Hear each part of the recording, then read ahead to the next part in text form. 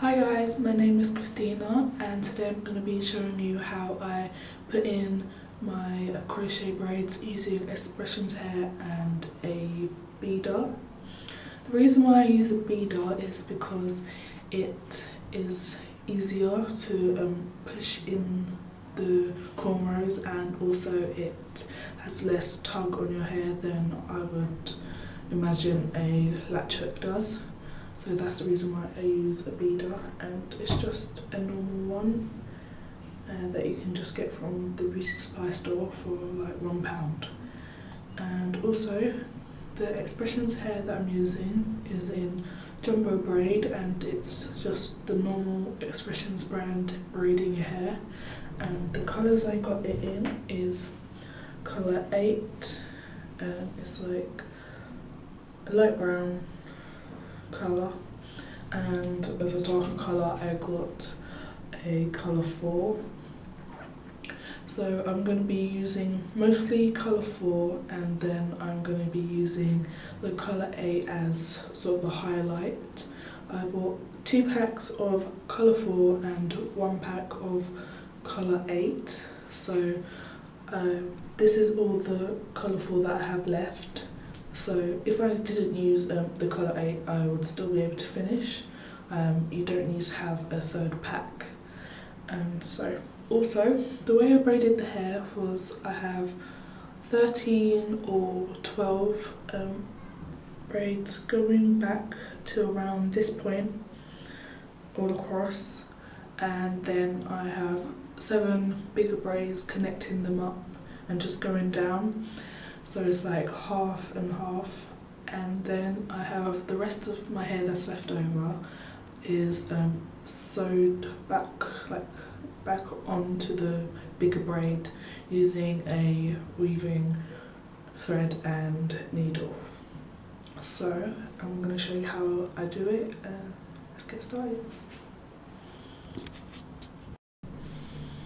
Okay, so the first thing you want to do is get your beader and push it through the braid. It doesn't matter really which way you push it in. Make sure you go all the way through and try and get it straight, because the beader end does bend. So just try and get it straight through.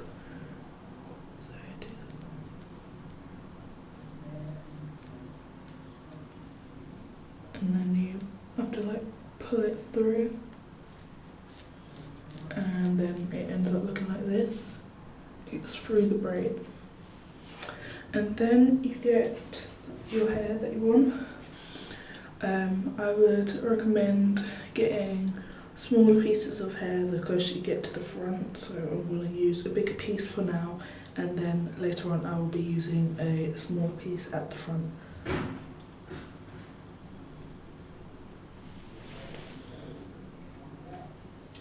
So I'm going to be using about this much hair, and it's kind of been pulled at the ends, not a lot.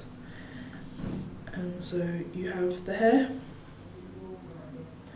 and then you fold it in half, so you have a loop, and then you hold it however you want. I normally hold it like this, and then you push it through the beader, the loop in the beader, and then you hold it, and then you pull the beader through. Okay? And sometimes a little bit of hair might get caught on the beader. You can either just unravel it or just pull it out.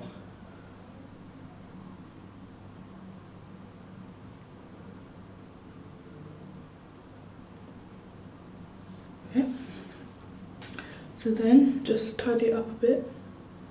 So you have a loop and you have the rest of the hair.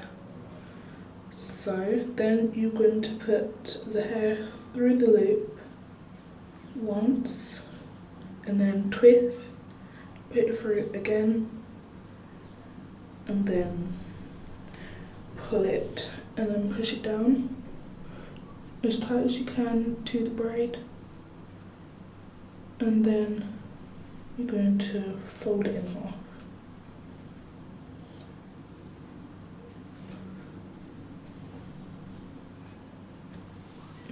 That is one done. Sometimes it may stick up a bit, you just have to position it properly. Okay, so then that is one way of tying it off, and I'm going to show you other ways also.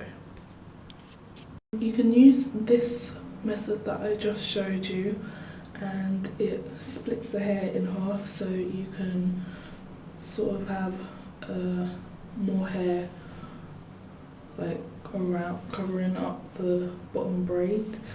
But the only thing with that is it has a tendency of sticking up a little bit, so I'm going to show you another way you can do it.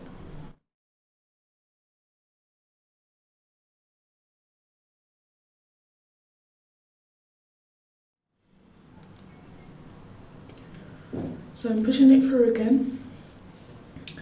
It's always going to be the same way of pushing it through, or whichever way you push it through, it's always going to be the same way of actually getting the hair into the loop. Now I'm going to use the colour 8.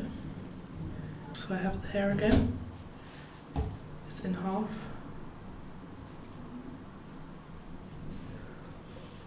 Pushing it through the loop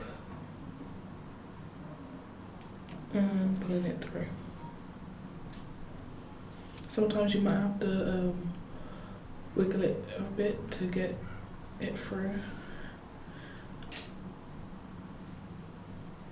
Like this. Then pull it through, and then this time I'm going to twist it round 3 times. So 2 and then 3, and then pull it tight down to the bottom.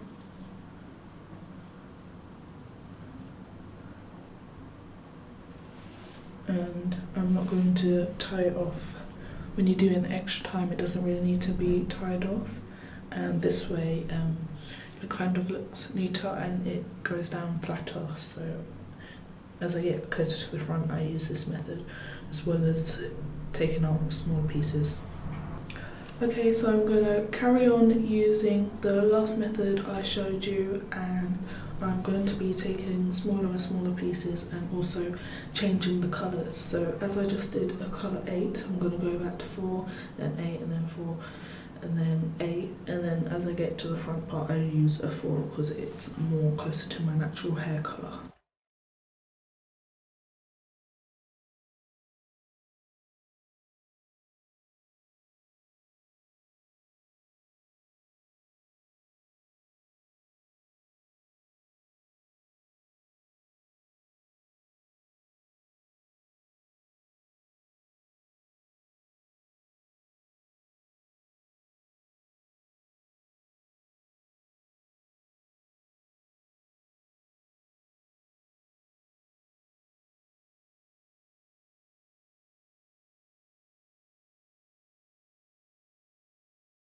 So okay guys, I'm on my last row, and because this row here is going to be where my part is, I'm going to do each part extra small and extra tightly packed together, and it will end up looking like this side already does.